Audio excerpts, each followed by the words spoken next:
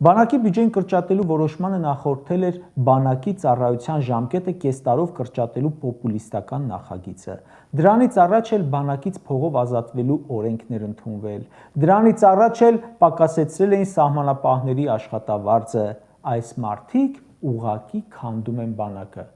Այս իշխանությունը պետական ինստիտուտները քանդել վատ կառավարման, փորձ չունենալու, գուցե հրահանգավորված եւ նման բաների արդյունքում, իսկ բանակը քանդում են կոնկրետ կառավարության նիստում որոշումներ կայացնելով, ազգային ժողովում օրենքներ ընդունելով, որոնց կողմ են քվեարկում միաձայն բոլոր ՔՊԱ-ական դեպուտատներն ու նախարարները։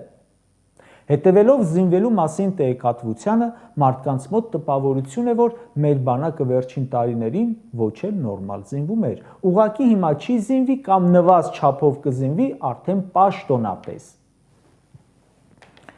Համաձայն միջազգային զեկույցի, աշխարհը զինվում է աննախադեպ արագությամբ։ Համաշխարհային ռազմական ծախսերն ավելացել են կտրուկ։ Անգամ այն երկրները, որ դարերով պատերազմ չեն տեսել, բոլորն են մեծացնում ռազմական բյուջեն։ Եվրամիությունը մեծացնում է, Միացյալ Նահանգները հասցրել է ռեկորդային թվի տրիլիոն դոլարի։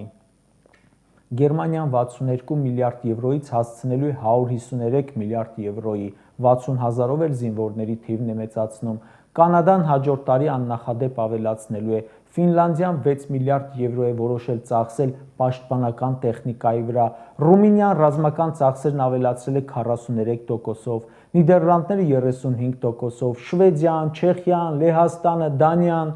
Նորվեգիան հայտարարել է մինչև ատամները զինվելու մասին, Ավստրիան բազմաթիվ կործանիչներ է գնել, պատերազմից հեռու երկրները տասնյակ տոկոսով ավելացնում են բյուջեն, պատերազմին մոտ կանգնած երկրները հարյուրավոր տոկոսներով, Իրանը օրինակ 2025-ին 200%-ով էր ավելացրել ռազմական բյուջեն։